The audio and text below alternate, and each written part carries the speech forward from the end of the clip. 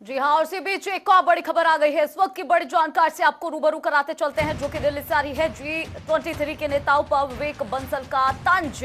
बड़ी जानकारी ये दिल्ली से आ रही है। आपको बता दें कि जनता टीवी से विवेक बंसल बातचीत के दौरान बोलते हुए नजर आए। उन्होंने कहा कि राज्यसभा मिलती रही तो चुप रहे G23 के नेता।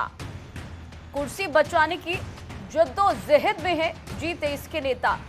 तो विरोधाभास उनके बयान में दिख रहा है। पार्टी ने इन्हें इतना ज्यादा दिया, इन्होंने क्या दिया? तो सवाल उन्होंने खड़े कर दिए हैं G23 के नेताओं पर विवेक बंसल का तंज। लगातार G23 के नेता बयानों में घिर रहे हैं। देखिए G23 का तो पहले तो आप ये देख लिया, G23 अब 23 नहीं रहा, मात्र 6 नेता थे। और जो इनकी अगुवाई कर रहे हैं या जो सबसे ज्यादा प्रखर इसमें बोल रहे हैं, उन्हीं लोगों से प्रश्न करना चाहेंगे। उन्हें तो पार्टी ने इतना दिया, तब इन्होंने कभी जब तक इन्हें राज्यसभा मिलती रही, जब तक इन्हें मंत्री पद मिलते रहे, तब इन्होंने चुनाव की बात नहीं की।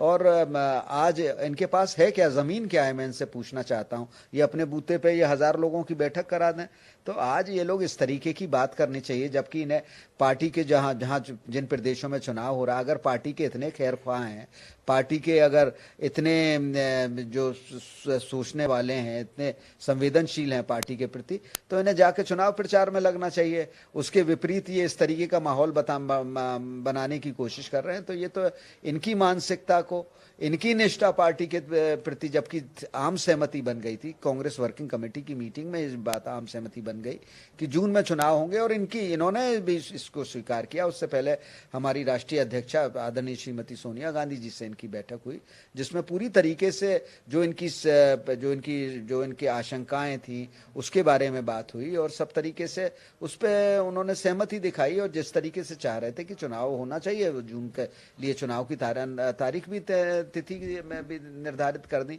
ये सिर्फ और सिर्फ प्रेशर टैक्टिक्स है, और जो प्रेशर टैक्टिक्स करते हैं, माफ कीजिए, ना तो उनकी किसी नीति में विश्वास होता है, आइडियोलॉजी कोई इनकी नहीं होती। इनकी आइडियोलॉजी होती है कि सिर्फ और सिर्फ किसी भी तरीके से कुर्सी पे बने रहो। मैं इसकी कठोर शब्दों में इसकी आलोचना, भर्त्सना जितनी भी की जाए, इन लोगों को अपने गलेबान में सिर्फ झांकना चाहिए कि इस पार्टी ने इन्हें क्या दिया, और ये कितने सक्षम थे पार्टी को कुछ देने के लिए।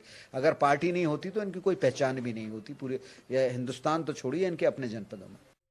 इसी खबर पर ज्यादा जानकारी के साथ हमारे संवाददाता स्पर्श शर्मा हमारे साथ जुड़ गए हैं। स्पर्श, विवेक बंसल ने बात कही है कि सारा जो मामला है वो कुर्सी का है।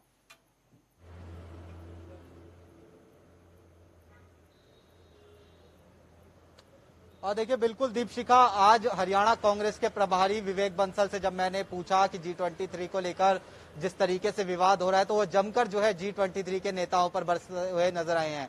और ये G23 विवाद जो है थम गया था, बीच में लग रहा था कि ठंडा होता हुआ नजर आ रहा है, लेकिन जब जम्मू कश्मीर से जो आते हैं गुलाम नबी आजाद, जब वो रिटायर हुए और उसके बाद जम्मू कश्मीर में जिस तरीके से तमाम G23 के नेताओं की जो ये मंडली बैठती हुई नजर आई, वहां पर जिस तरीके के बयानबाजी देखने को मिली, उसके बाद से एक बार फिर से जो कांग्रेस थी उसमें जो दो गुट्ठे अलग अलग जो है राष्ट्रीय स्तर पर वो नजर आने लगे। और इसी को लेकर जो हरियाणा कांग्रेस के प्रभारी है विवेक बंसल, उन्होंने साफ तौर पर कहा कि पार्टी ने इतना कुछ जो है G23 के जो तमाम नेता हैं, जिसमें गुलाम नबी आजाद की बात करें, आनंद शर्मा की बात करें, मनीष तिवारी की बात करें, विवेक तनखा की बात करें, या फिर हरियाणा की तरफ से पूर्व मुख्यमंत्री भूपेंद्र सिंह हुड्डा भी उसमें शामिल हुए थे।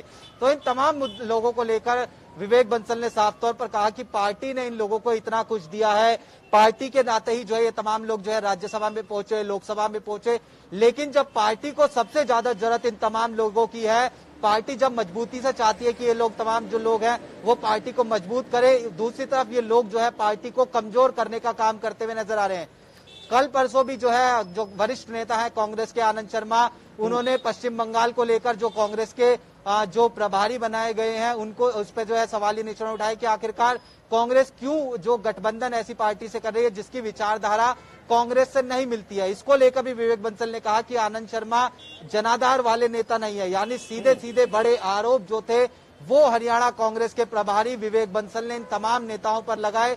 और साफ तौर पर यह कहा गया जब तक कुर्सी कांग्रेस पार्टी की तरफ से इन लोगों को दी गई थी, यानी राज्यसभा लोकसभा में जब तक ये लोग बैठे हुए थे, तब तक ये शांतिपूर्वक जो है कांग्रेस के साथ लगते हुए नजर आते थे। लेकिन जैसे ही लगा कि अब जो है सत्ता नहीं मिल रही है कांग्रेस की तरफ से, दोबारा राज्यसभा में नहीं भेजा जा रहा है, तो एक बार फिर से जो है इन तमाम लोगों ने अपनी जो आवाज है वो कांग्रेस के खिलाफ जो है उठाना शुरू कर दिया। और ये कहीं ना कहीं जो भारतीय जनता पार्टी है उसको फायदा पहुंचाने की जो कोशिशें हैं वो जो है आने वाले विधानसभा चुनाव में कहीं ना कहीं करते हुए नजर आ रहे हैं। ऐसे में बड़ा बयान जो है हरियाणा कांग्रेस के प्रभारी विवेक बंसल ने जनता टीवी पर एक्सक्लूसिव दिया है। स्पष्ट दो चीजें हैं। पहली चीज, 5 राज्यों में विधानसभा चुनाव होने वाले हैं, तारीखें तय हैं।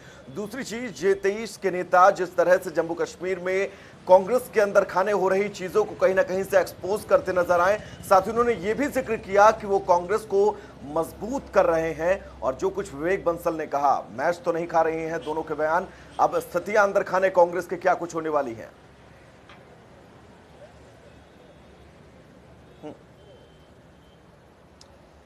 देखिए, कांग्रेस की स्थिति पहले ही डामाडोल कहीं ना कहीं जो है अलग अलग जो राज्य है वहां पर नजर आ रही है। इसको लेकर आप देखें तो किस तरीके के जो परिणाम पिछले विधानसभा चुनाव में निकलकर सामने आए उससे आप अंदाजा लगा सकते हैं। गुजरात के जो निकाय चुनाव रहे वहां पर किस तरीके के जो नतीजे निकलकर सामने आए, दिल्ली में जो पंचायत चुनाव थे उसमें किस तरीके के नतीजे निकलकर सामने आए।